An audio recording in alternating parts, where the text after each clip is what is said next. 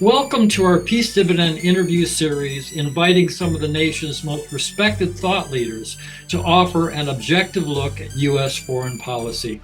Today, we are honored to have with us the distinguished Scott Ritter. Scott is a former U.S. Marine Corps intelligence officer and author of Scorpion King, America's Suicidal Embrace of Nuclear Weapons from FDR to Trump, and his most current book, Disarmament in the Time of Perestroika, Arms Control and the End of the Soviet Union. He served in the Soviet Union as an inspector implementing the INF Treaty, served in General Schwarzkopf's staff during the Gulf War, and from 1991 to 1998 served as the chief weapons inspector with the UN in Iraq. He is highly regarded for his expertise in international security, military affairs, Russia, and the Middle East, as well as arms control and non-proliferation. Even more awe-inspiring than this admirable record is the resolve, energy, and time Scott has given to bringing sanity and truth to the national conversation since the US and NATO, with full, focused intent and cold calculation, created the ongoing conflict in Ukraine. Scott knows better than any of us how merciless and ruthless the warmongering establishment can be in punishing truth tellers, those individuals with the integrity and courage to expose and stand up to the lies we citizens of our rogue empire are bombarded with to enlist our support for needless wars and military aggression. Yet he remains steadfast and true to his values. Scott is a true patriot and a real national treasure. Welcome, Scott. Thank you so much for being here with us today. Well, thank you very much for having me. I'm a little intimidated by that introduction. Hopefully I can live up to the hype. Today's interview focuses on 5 questions. World events continue to unfold at a quickening pace. Facing an alarming escalation in tensions around the world, we look to Scott Ritter for his most current thoughts. As I've indicated before, we're focusing on the realities of the international power struggle unfolding in real time, specifically addressing the role of the U.S. in the tensions and its capacity to reduce them. We hope to discover paradigm shift ideas for improving the prospects for peace. Shall we get started? Yes, sir. I'm ready. Here we go. Question number 1. We hear a lot of terms and acronyms bandied about: deep state, MIC, fire sector, ruling elite, oligarchy, neocons. Who actually defines and sets America's geopolitical priorities and determines our foreign policy, not officially and not constitutionally, but de facto? The reality is that, let's take it all the way back to our founding fathers.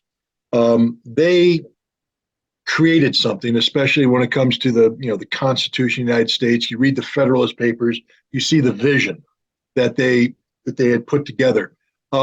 And we know that the very first president said, don't go chasing enemies. Don't go out there. Don't make foreign, don't do foreign alliances. Don't go chasing bad guys. Stick with what you're doing here at home. But the fact is, while George Washington may have been able to get away with this, at some point in time, George Washington turns the reins of power over to his predecessor. Or to his successor. But when he does that, there's a body of people who were part of the government under George Washington. And so when the next president comes in, those people are inherited. And thus begins the birth of the deep state. You see, because now the next president that comes in isn't starting with a fresh slate. He brings into his administration the prejudices of his predecessor.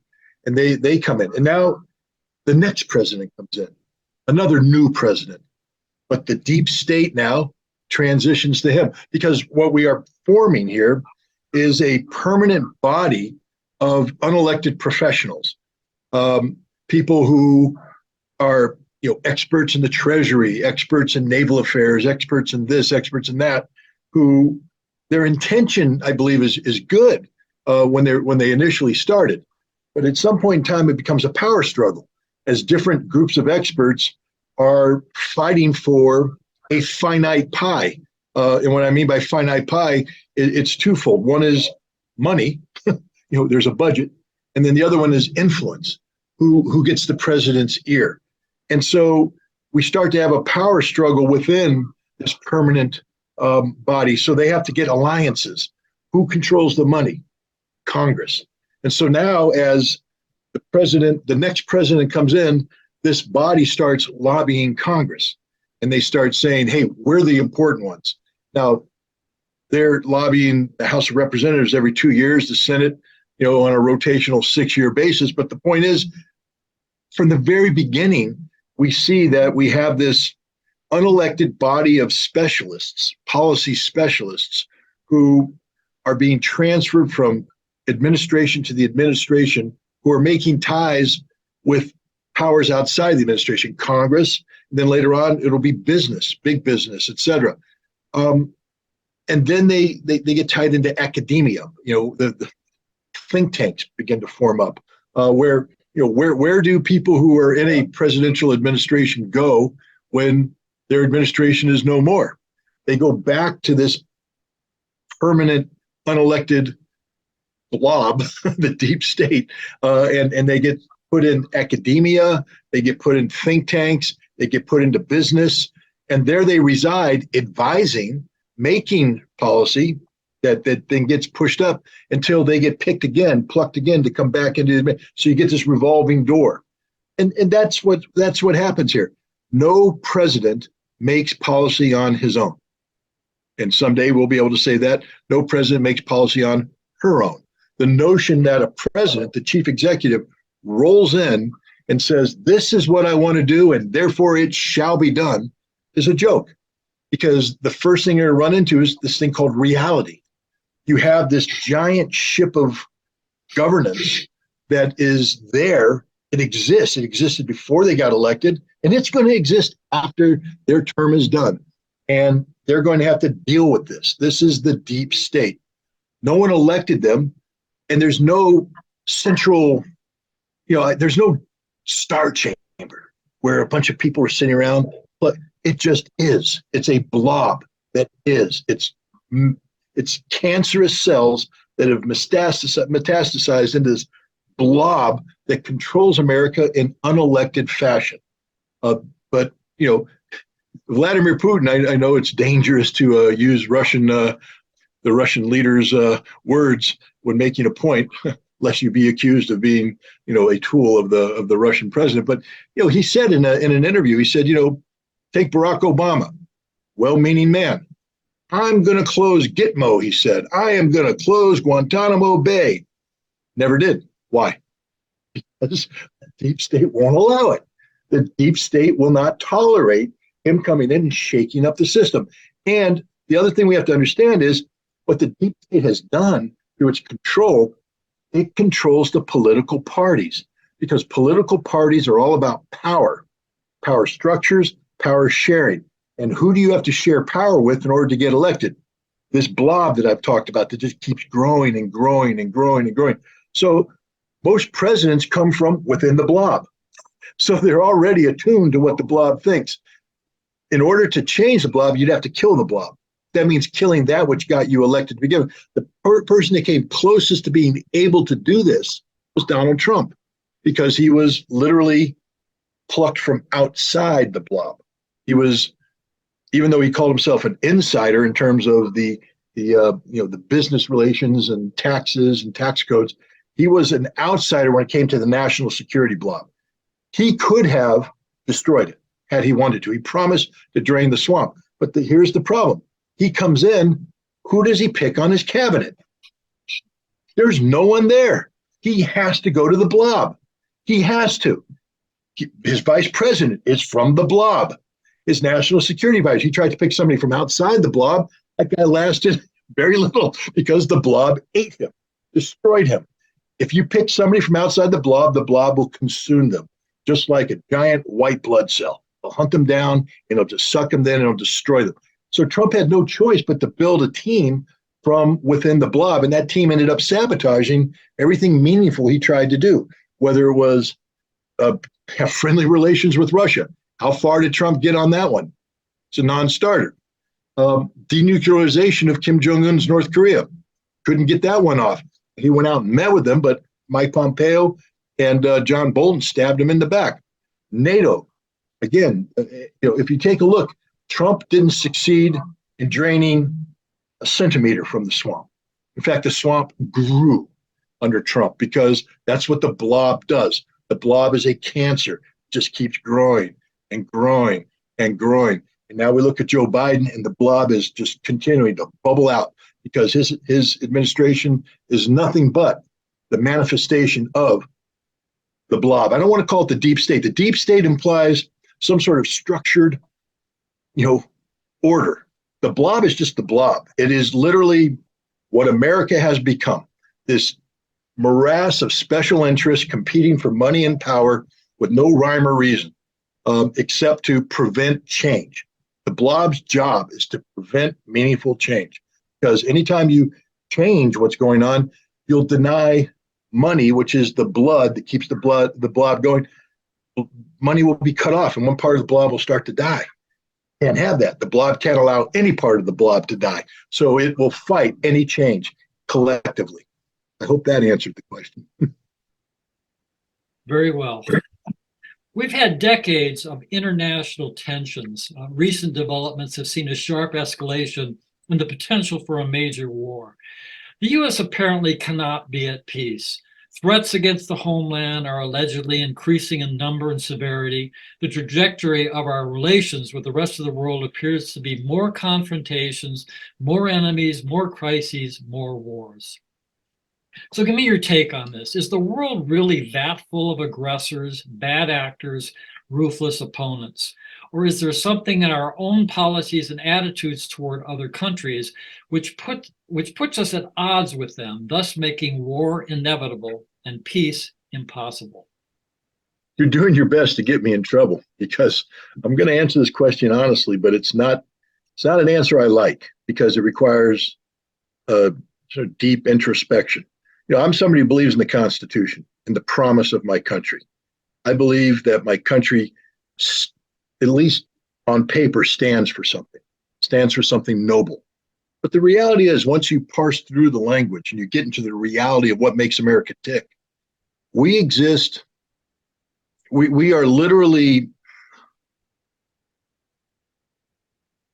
we're a concept that can't exist on its own volition. What I mean by that is America is incapable of sustaining America by itself.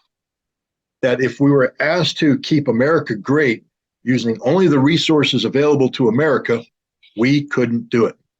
And we have built this thing called the American dream. And the American dream requires a certain standard of living, not just for the average American, because we know it's a joke. We know there's poverty. We know there's a lie in the American dream. But the premise, the promise of a house, 2-car garage, college education, all that stuff keeps people trying to climb that social economic ladder. So people keep trying to get up there, and all they're doing by continuing to try to go up there is to increase their level of consumerism. And it's the consumerism that makes America what it is. We have to consume things we don't have, which means we must have a relationship with the world that provides the resources that we need to keep the dream alive, at prices that we can't afford, which means that we can't relate with the world as equals. We can't sit there and have a nice, honest business relationship, because the moment we had a fair business relationship with the world, we couldn't afford it because they'd be demanding what we would be demanding: fair wages, due compensation for the value of the product and the labor that went into the product. We can't have that. So what we do is we get involved in the business of neo-colonialism. I mean, we are an empire. We don't like to call ourselves an empire, but we are an empire, and we have neo-colonial relations with the world. And those relations can be handled directly in terms of our ability to go to underdeveloped nations and acquire that which they produce at rock bottom prices, or we can use proxies. We call them allies. We don't have any allies. People need to understand that, and that's becoming a reality right now in Europe, where they're waking up to the fact that the United States calls them allies, but they're not our allies. We would not blow up the strategic energy pipelines of an ally. but we blew up Germany's because Germany's not our ally. They are a proxy colonial resource that we use. France is the same thing. There's not a nation, even Great Britain, at the end of the day, we would sell them out to dry, hang them out, because they're not our friend. Special relationship. No, I mean, what is that? Special relation. Is that a term for prostitution? Because that's pretty much the relationship we have there. It ain't a husband-wife relationship. It's not even a rich man-mistress relationship. At least you treat the person with respect. This is pure prostitution, where we are prostituting Europe for our benefit. We get what we want, and all they get is a sexually transmitted disease called relationship with America. That's the thing. And this means that there will be perpetual war until America changes the paradigm, until we redefine ourselves in something that doesn't require our standard of living to gain access to global resources at a price that it has to be a fair price. That means America's going to have to tone down our expectations. We're going to have to become realistic about who we are and what we are. The exceptional nation, there's nothing exceptional about America except our ability to kick the snot out of anybody in the world anytime we want. That ain't exceptional, guys. That's being a bully. And eventually the bully's going to go fat and he's going to get cornered in the yard by some young upstart that's going to beat him up. And that's the direction we're heading right now. And it's going to be a big fall for America when that happens. But the bottom line is we are a nation currently, as we currently exist, that are incapable of peace. I'll give you an example. Arms control treaties. Now, arms control was all nice and we copacetic when we were dealing with the Soviet Union. Why? Because we feared the Soviet Union. We respected the Soviet Union. We had to deal with the Soviet Union as equals on the arms control table. But the moment the Soviet Union went away and it became Russia, look what we did. Got out of the ABM Treaty, got out of the INF Treaty, cheated on the START Treaty, got out of this conventional. We are the world's worst people to enter treaties with because treaties require respect. Trust but verify. What does trust come from? Trust is about respecting one another to comply with a mutually beneficial mandate. No one can trust us because we don't respect anybody. We will cheat on you. We will lie. We will do anything to get a unilateral advantage. That's just the reality. And what that means is there can't be peace with America because all we're seeking to do is exploit a current situation to give us an advantage. That's all. Europe needs to understand that. Look what we've done to Europe. We've destroyed their economy. We haven't destroyed Russia's economy. We destroyed Europe's economy. And now we're literally, I think I just read something today. 1 out of every 4 industries in Germany is going to come to America in the next couple of years because of what's happened. They're fleeing Germany, not because they don't want to be in Germany, but because they can't afford to be in Germany. They can't afford to be in Germany because of us. We blew up the cheap Russian gas. We've compelled them to sell themselves out of the one thing that made Europe economically viable. If you think about it, it's a dysfunctional economic union. I mean, how else do you explain Portugal and southern Italy bonding with France and Germany and the Netherlands? I mean, they all come together. What allows us to happen is the economic fat that accrued because for decades they were able to buy Russian energy at cheap prices.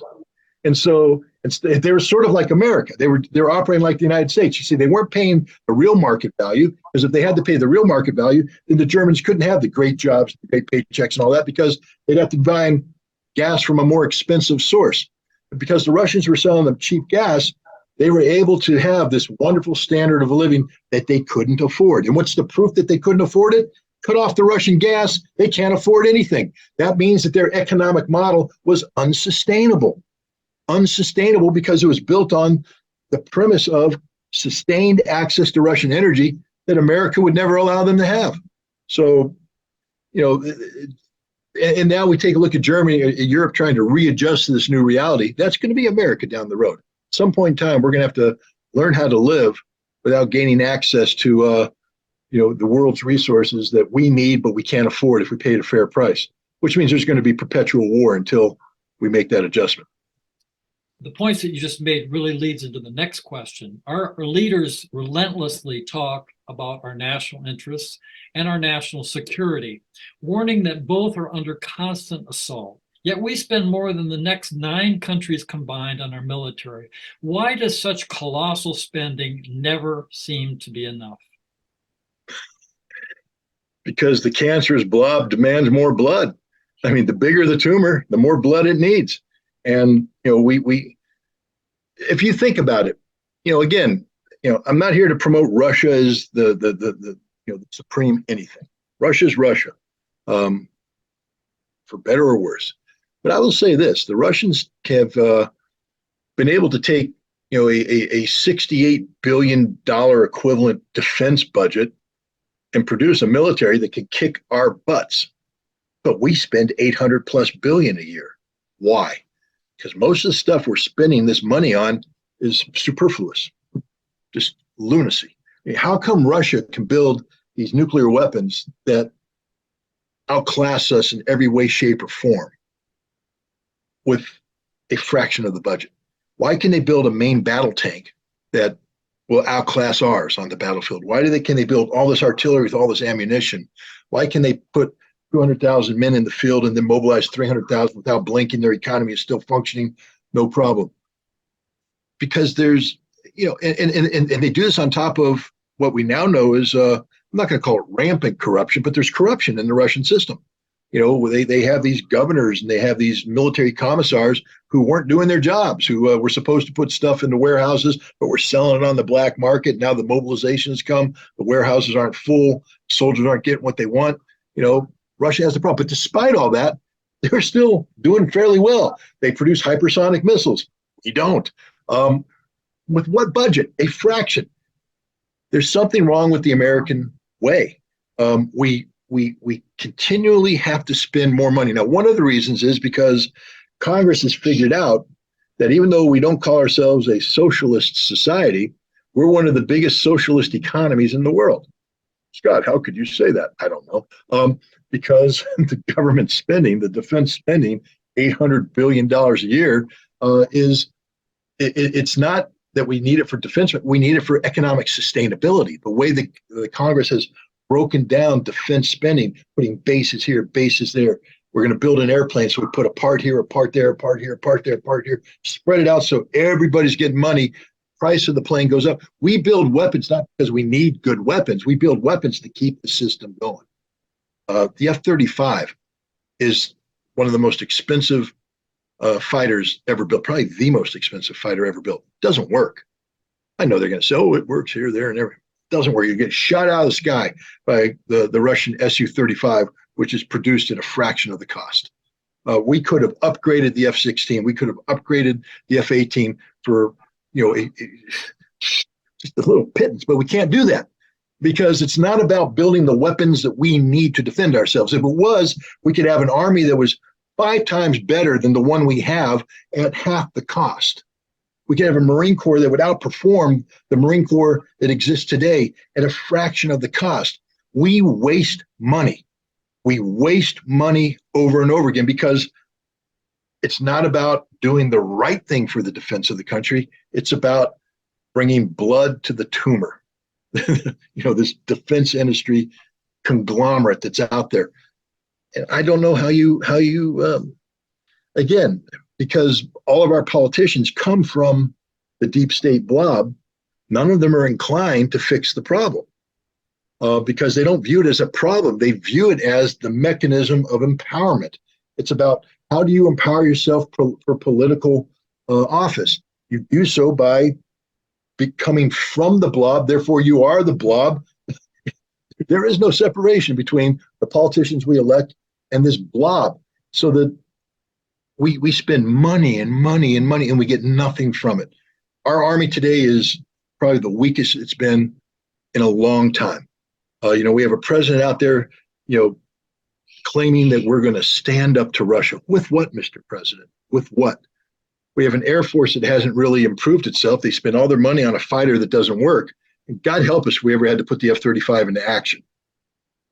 Whatever planes the Russians didn't shoot down would break. And then we'd be left with nothing.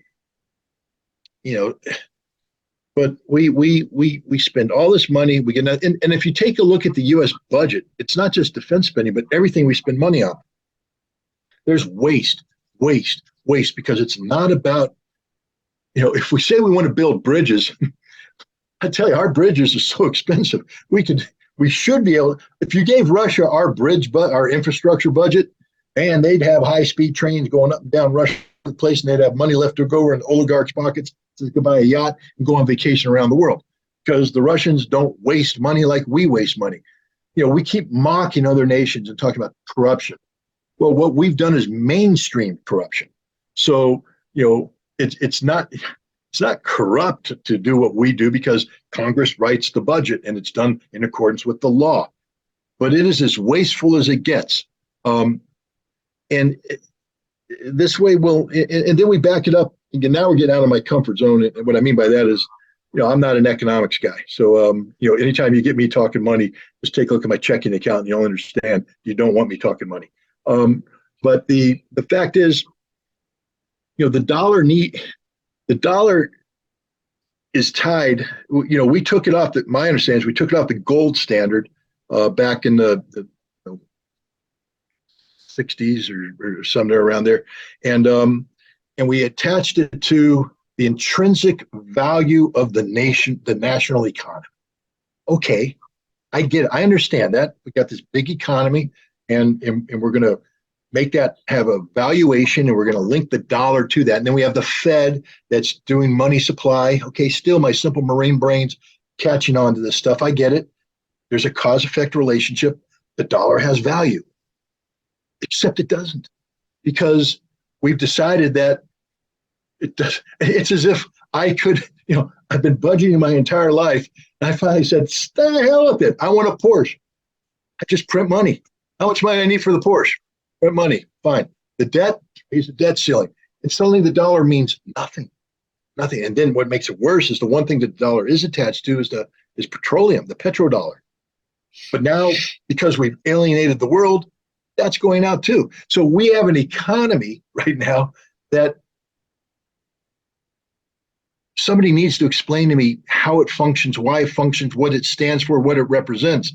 So these numbers that we throw out there about the defense budget are meaningless, because we can't sit there and get shocked about $800 billion when that money means nothing. It's not like you and I, if I look at a $100 bill, I'm getting a cold sweat. So I'm like, my God, $100. How did this happen?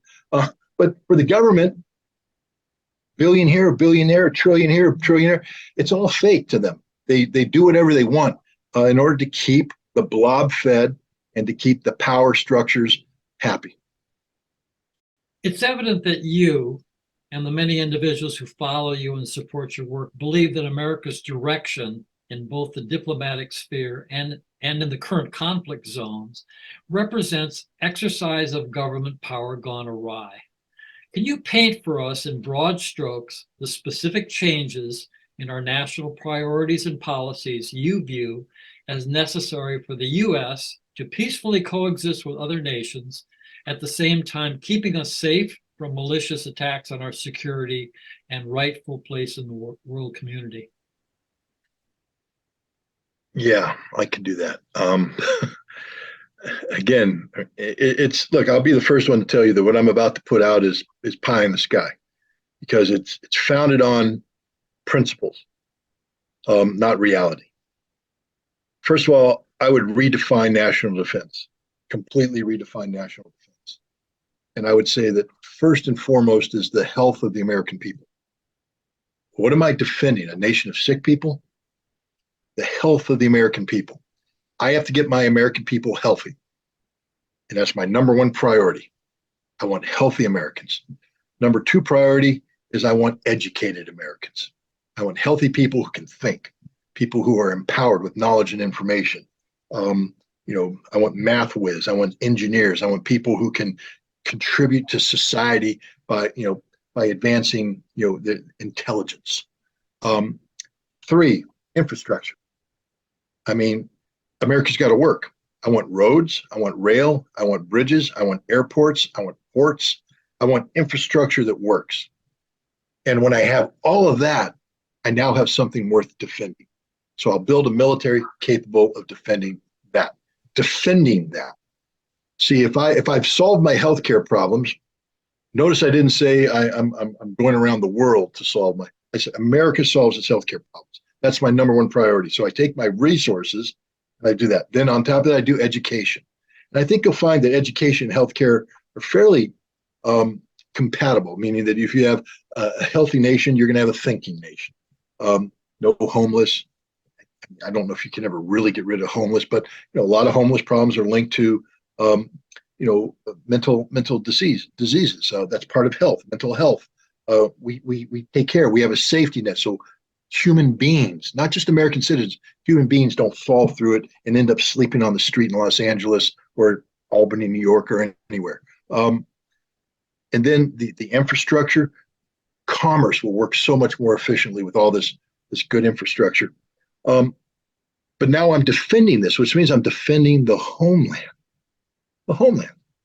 That's a completely different thing than being the global policeman. I don't think America should be the global. Now, I'm not naive. Defending the homeland might mean that I have to go out and take care of a threat over there before it comes here. I believe that is not an illogical assumption. I don't think we should abuse it.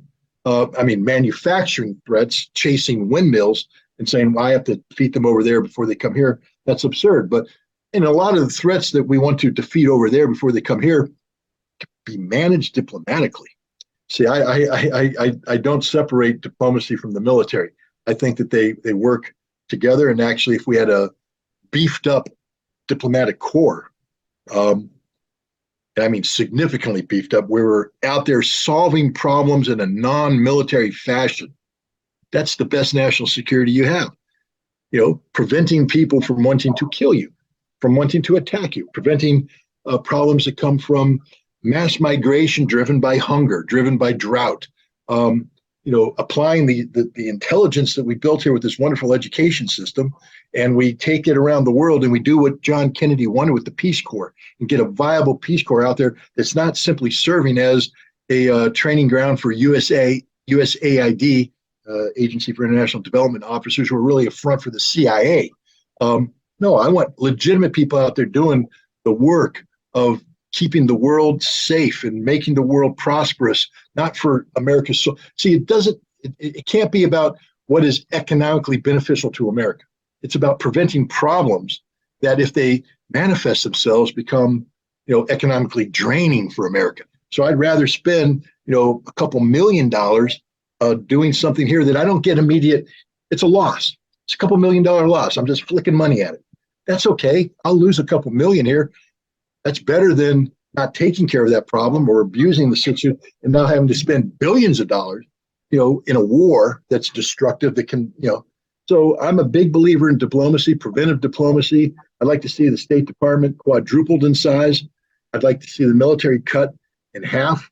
But that does, I think you'd see that there'd be great efficiencies. We have this giant army that can't deploy. Why have it? Get my army down to where I can actually deploy the brigades when I need to, rapidly if I need to. I believe in training. I wrote an article that, I talked about, I'm not a pacifist.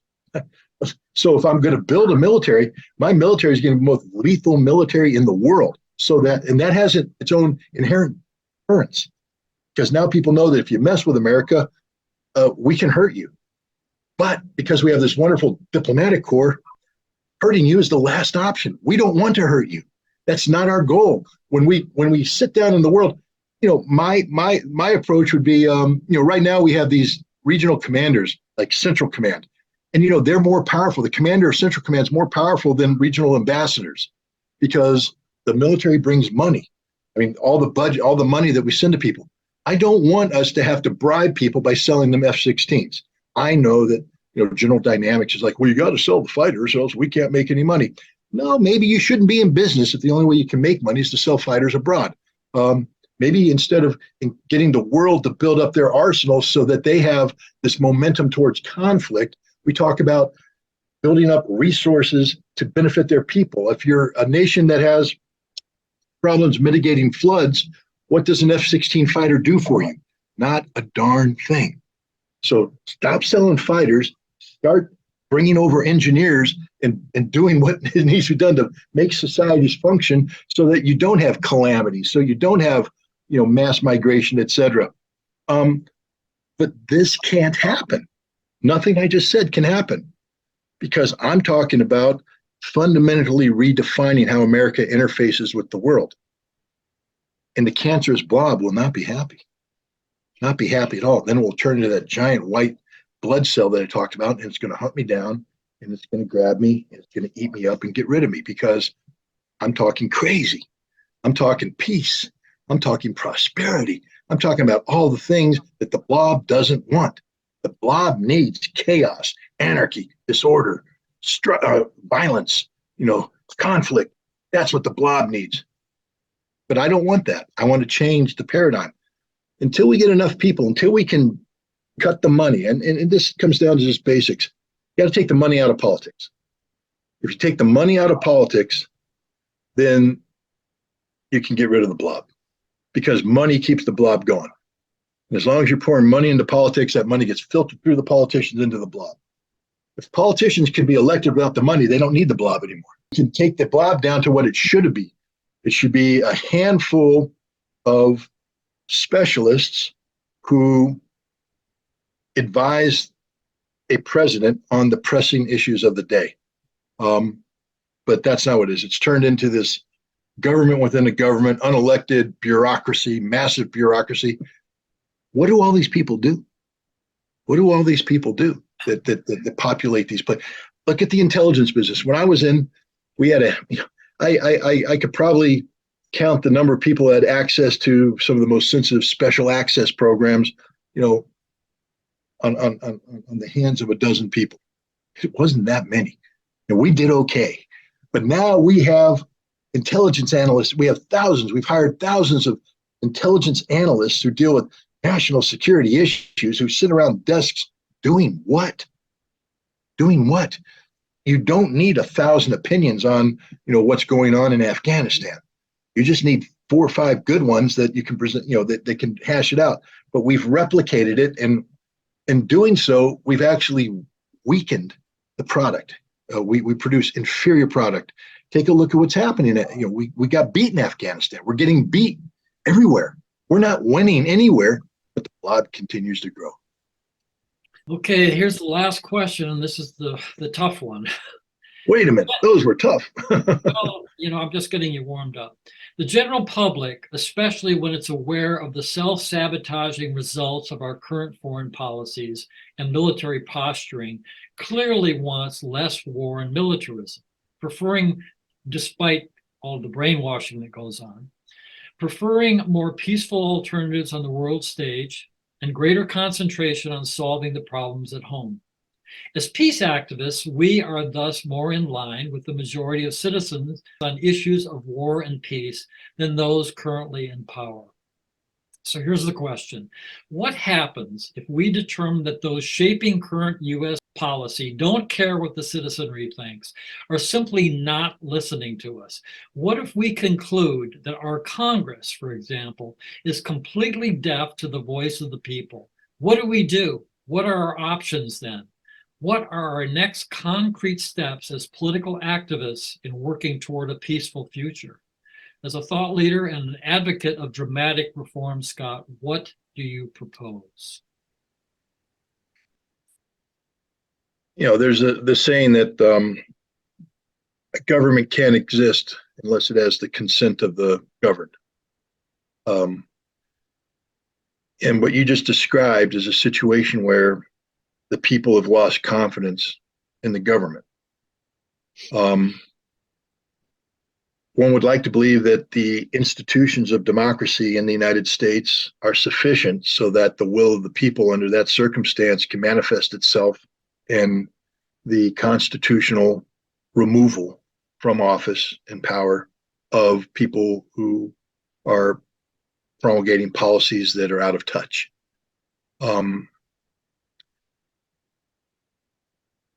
As an American, I continue to hope and pray and believe that that's the case. But I tell you, if I were not an American who is so linked to the Constitution, The answer is revolution.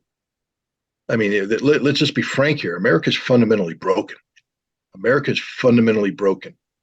And so much so to the extent that we no longer function in a manner which our Constitution mandates. When you have the disparity between the desire of the people and the actions of the government, when you have such a gap, something's broken. Something's broken. It's fundamentally broken when the Supreme Court of the United States of America, who are there to uphold and defend the Constitution is premised on individual civil liberties, gives those same civil liberties to corporations. We're broke when that happened. The second that happened, we were fundamentally broke. Citizens United has gutted us as a nation. I know some people are out there saying, "Oh, it's about free speech and you can't." No. Corporations have money, and money controls everything. You must. I'm not talking about getting rid of speech. I'm talking about getting rid of the money that corrupts everything it touches. But here's the problem. You can't talk about a revolution in America. That's unconstitutional. I mean, that's a violation of the law. Now, if we get to the point where a sufficient majority of Americans no longer care about the rule of law, then we'll have a revolution. And we're heading in that direction. When you have a fundamental breakdown of society where people lose faith in that which they're supposed to believe in, we could have problems. I hope we don't get there. But what has to happen as peace activists is, when I say it has to happen, I mean, who am I to tell the peace community anything? I'm just a guy. I'm not an expert in peace activism, but I do believe in winning.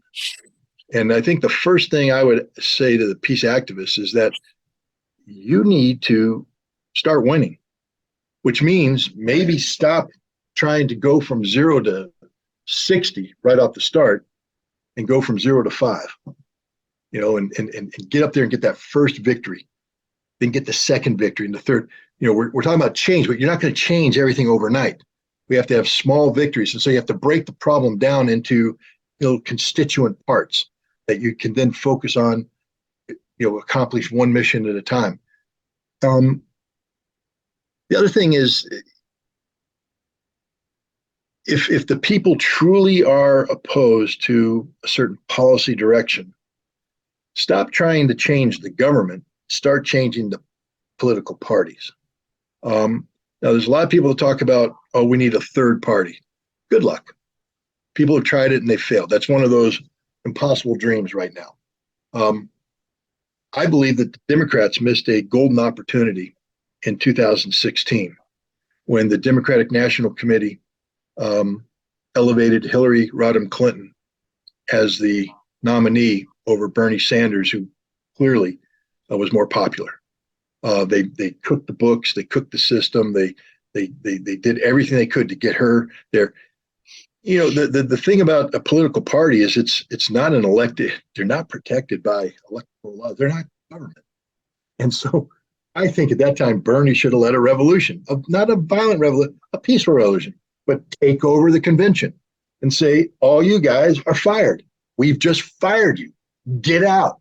Leave. We're in control now. We're picking the nominee. I'm the nominee, and that's it. You guys lost the faith of the people because you are corrupt, because you don't deal with the people, you deal with political power elites, etc. The Republican Party, fortunately, the person they rallied around is Donald Trump, but I think the same thing. We have to stop letting unelected institutions define democracy for us. The Republican Party and the Democratic Party do not have a constitutional mandate to define democracy for us, but they are. Because when you go to the ballot box, they're the ones picking the names on the ballot through a system that pretends to have our participation, but again, it doesn't. We have to take control of the nominating process for political position from the grassroots all the way to the top. Because right now we basically show up on election day and we're given a slate of candidates that we did not have a say in. The system had a say in it. The blob had a say in it. It's like cancer saying vote for more cancer cells. No, we want to vote for the cells that eat the cancer. But in order to do that, we're going to have to take over the parties. So I do think there's going to have to be nonviolent revolution at the local level. Seize control of your local parties, get people in. The power of democracy works better grassroots than it does at the big level. So start at the grassroots and start getting the people in as your mayors, your town supervisors, and then work your way up to legislature, take control of a House legislature, then take control of the Senate, then get a governor in there and do that in 50 states. Now you have a power base. And now you can start hitting that national stuff. Because that's the only way America is going to survive. And I want America to survive. I want the Constitution to survive. I want my country, all that it has, all this great potential to survive, not just to survive. I want us to flourish.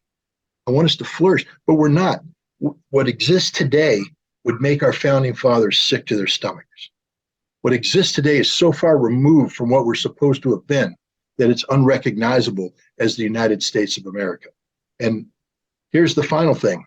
If you're going to call yourself a peace activist, learn the Constitution, please. Learn the Constitution. Read it, know it, study it, the good, the bad, the ugly. Because you can't sit here and say that you want to change America. America is the Constitution. It's nothing else but the Constitution.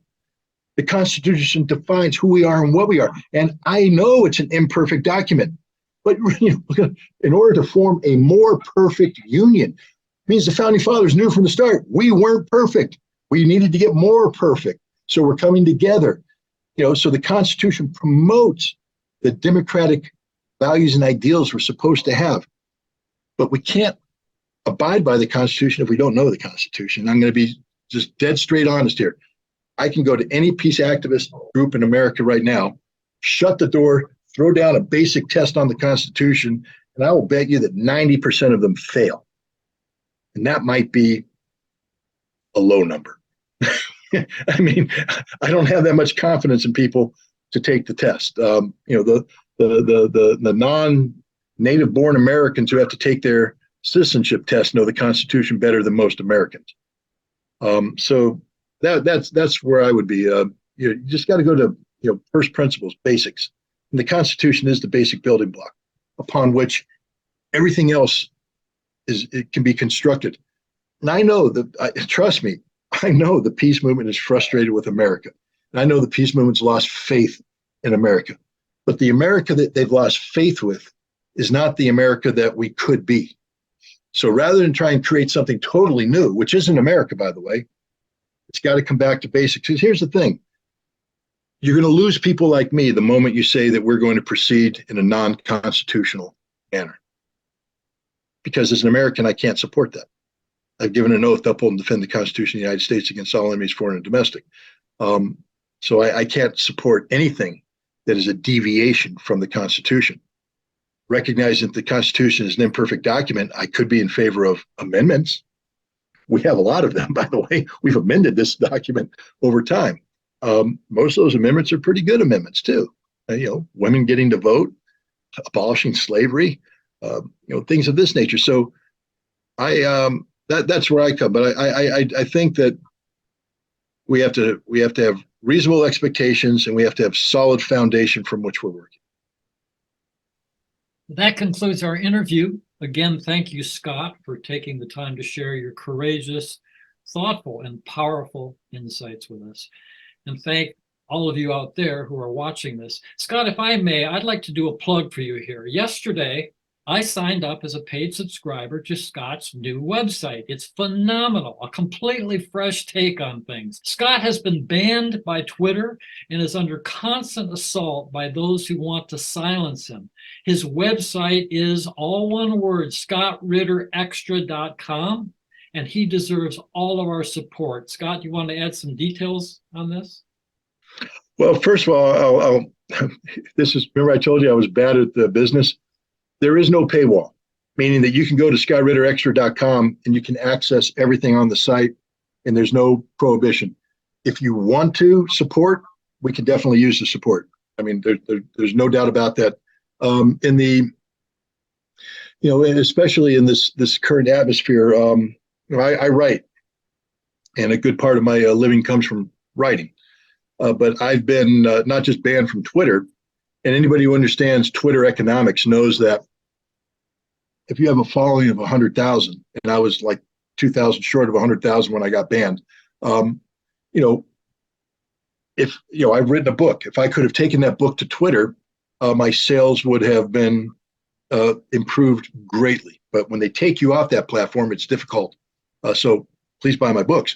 But writing, I wrote for a conservative outlet. I'm not going to name them because I don't want to embarrass anybody. It's not my job. And a very liberal. I've written for the entire spectrum of thinking because I'm not political, meaning that I'm not partisan.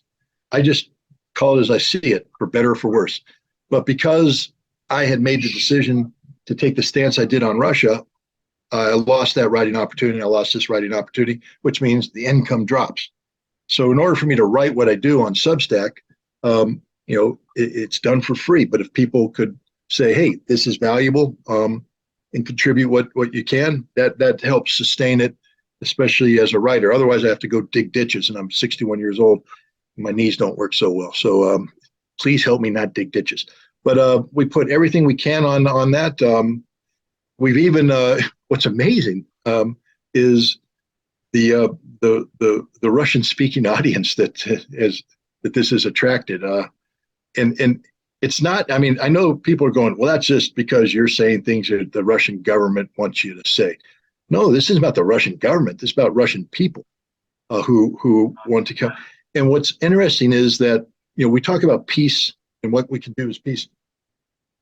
I've actually stumbled on something that's actually bringing Americans and Russians together in a way that our governments won't allow to happen. So we have Americans and we have and Russians talking about issues and exchanging ideas and empowering themselves with knowledge and information and insights.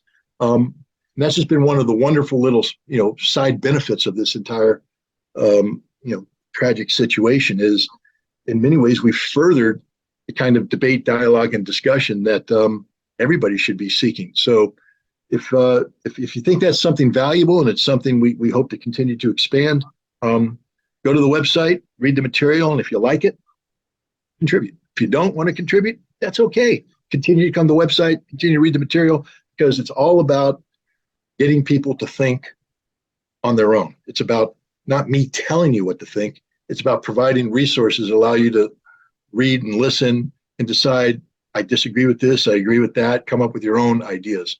And if that's the case, if you emerge from there empowered with your own thinking, then I've accomplished my mission.